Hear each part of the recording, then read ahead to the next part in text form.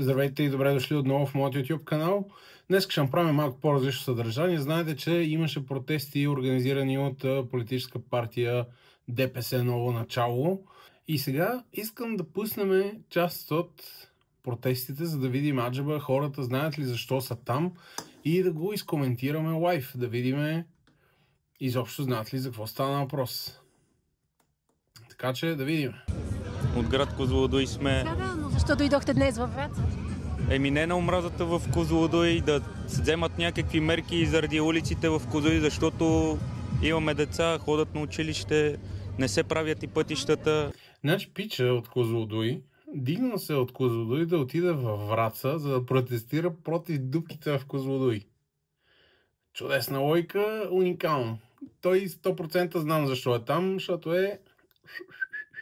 А защо не протестирахте в Козлодуй, а тук във Враца? Защото сме тук с братовчет ми, повече от 10 човека сме. Значи той е там с братчедите, майка си, сестра си, баща си, стринка си, Лелинчо си, всичките.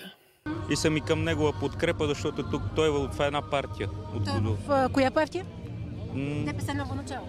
Мисля, че да. Мисля, че да. Не знаем за кого сме там, ама там сме. Ние сме от Козлодуй. И вие от Козлодуй как дойдохте всъщност с автобуси? Ами не, с коли. С коли? Да. Вас кое ви мотивира? Сухото го е мотивирало. Да, ние сме заедно. Заедно сте дошли всички, за да... Какво? Заради пътища, заради омраза? Да подкрепим господин Пеевски. О, то знае защо е там.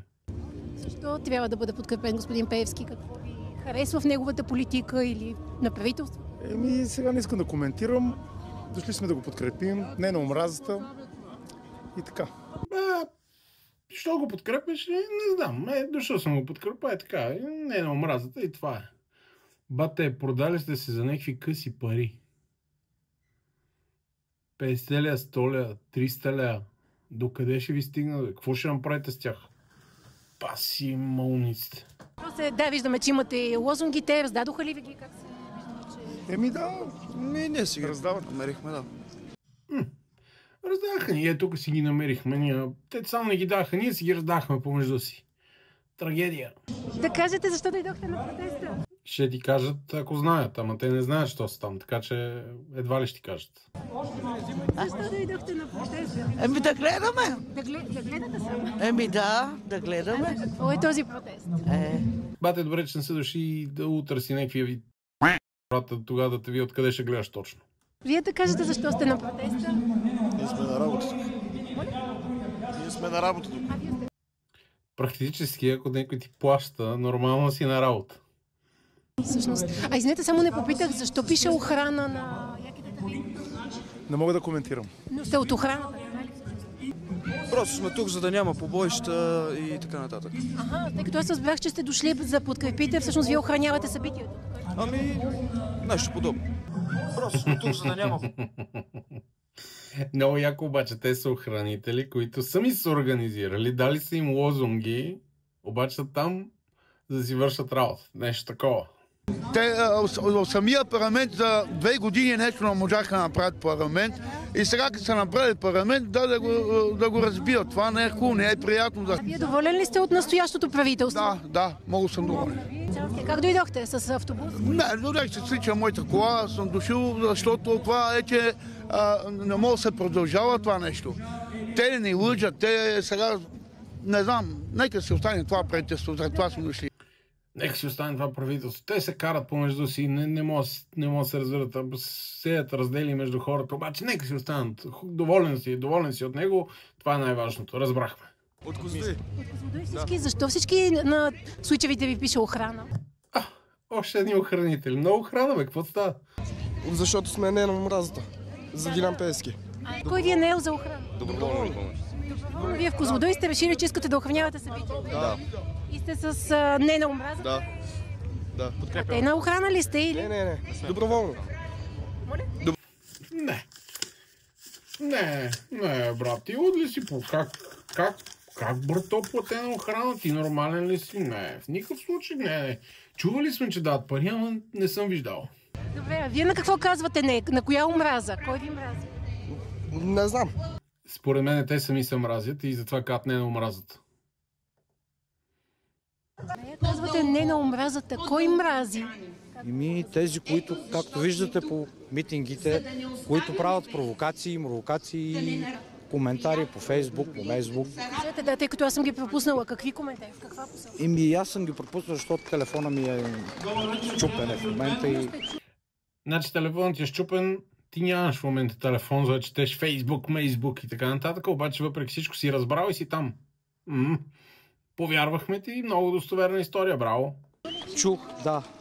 Мангали, цигани, на етично отрова, обиди от... От кого? Не мога да кажа. Ние не сме казали нищо. Ти го казваш. Този митинг и да кажем не на омразата. Аз кой ви е мразил? Изпитвате ли с, не знам, съученици, приятели, някой? Не с приятели, но с чужи хора от друго село. По принцип не само от селата, брато, и от другите градове също те мразиме, както виждаш, заради това, че си продажно лайно. Харесва ли настоящото правителство? Не. Искате ли това правителство да остане на власт? Не. Правителството трябва да падне. Да. И вие всъщност сте тук за оставка на правителство. Да.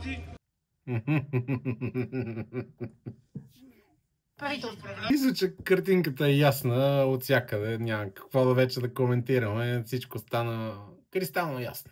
От Галиче. Откъде? От Галиче. От Галиче. За да си Защо дойдохте оттам до тук? Да си изтегли бюджета. Той бюджетът беше изтеглен. Не знам. Трябва ли правителството да остане на власт? Не знам, не ме интересува. Добър вечер. Подкрепям правителството. И господин Пеевски. Подкрепим правителството. И подкрепим господин Пеевски. Сега, не знам какво могат да направят по-натам. Това е. Нямам повече думи. Не знам. Доволен сте от настоящото управление, така ли да ви За момента да. За момента да. Не знам какво ще направи натам, но подкрепям го. Щото ме думка отзад с 50 лева и аз съм доволен. Не на омразата и не искаме избори. На хората е писна от избори да правят. На мене не ми е писнало, аз искам избори. Аре па да видим. Не на омразата, кой ви мрази? Гледате по телевизията какво се случва. Няма какво повече да кажа. И какво се случва, че аз не знам. Явно съм изпуснал последните новини. А защо дойдохте? Да чуем тук. Моля? Да чуем тук. Да чуете? От Роман до тук само за да чуете.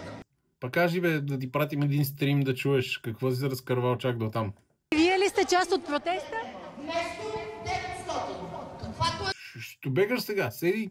Не на омразата! Всички искам заедно! Не на омразата! Не на омразата! Да, на майка ти! Да, на майка ти! Вие откъде сте? От Враца ли сте? Да. Да. Защо дойдохте днес? Да видя какво става. Да разгледате? Да. Да ви има някаква забележителност нещо. Какво става по центъра? Дали служили някакви нови пейки, нови кошчета за буклук, където да ви изхвърлиме. А какво е протеста? Откъде да знам за какво? Не знам. Откъде знам, бата? Аз съм тук да видя къде така завърта малко на въздух. Откъде сте? От Враца ли? Господата. Откъде сте? Господата. Кажете вие, откъде сте? Господата питайте, аз съм. Агресният подход не трябва към господата да се обръщаш, ами към путьовците. И те тогава ще се обърнат всичките, защото са такива. Да протестирам. А срещу какво? Как дойдохте? С кола, с приятел? Не на омразата. Не на омразата, ама срещу кого? Кой ви мрази? Всичките. Да бе, брат, всичките те мразиме, верно е. Прав си. Сега вече, след като те покажем, цяла България ще мрази гарантирано. Как се организира? Как се организира? Не знаете ли как се организира? Аз сети седе. Не знаете ли как се организира човек? Не знаете ли? Сети се, де. Сети се. Сети се. Сети се. Сети се, бе. Сети се. Ти олигофрените, прости. Майка ви, букуци. Километра с къси панталони, само да почетеме нашия лидер. Виж си като сперматозоид, бе, глупак. Къса фанелка. Не го дърпай. Мани го. Добре говори. Айде, джао тука. Тая, че го пребие. Че го скине. А това не е на омразата, как си го обяснявате? Какво означава? Кой ви мрази изобщо? Всеки не може да обича другия. То затова и тебе не те обичаме. Тя и жена ти не те обича. И децата ти не те обичат. А по тъщата? Тя как те мрази, брато? И подкрепяте господин Пеевски? Да. И съм за еврото, да кажа. Да, знаеш ли защо? Тръпна в очакване да разбера. Защото нямам лева и няма ги обръщам после в евро. Разбираш? Що ни пита тази църна маца там, дето седи до него, тя да чуем какво ще каже. Вие откъде сте? От Враца? От Михайлово. Как дойдохте? С автобус. Автобус. Само тъй като сме към финал, вече да кажете защо, какво ви не ви харесва и дойдохте? Значи, не ми такова самото отношение. Значи, не ми такова самото глупак. А този протест за какво е днес? Да ви кажа, аз честно не такова, не го знам. Гледам ги сега тия и си мисля, че вече дори не ми е смешно. Тъжно ми е и ми е жалко, защото самите ние сме си виновни за ситуацията, в която сме. Защото хората, които не излизат да гласуват, когато е момента, дават възможност ето на тия, които тук що видяхме, да определят нашата съдба. И това, че ние сега сме по протести, е главно заради негласуващите. Защото ако гласуват една голяма част от хората в държавата, един голям процент, тогава купения вод ще бъде неутрализиран и тия малумници, дето им дават някакви къси пари или не толкова къси, нямам представа колко им върви гласа, няма да имат никаква тежест. Защото това е единствения начин ние да вървим в по-правна посока. Благодаря, че ме гледахте. Ако ви е харесало това видео, абонирайте за канала, последвайте ме в Instagram, лайквайте, коментирайте и до нови срещи!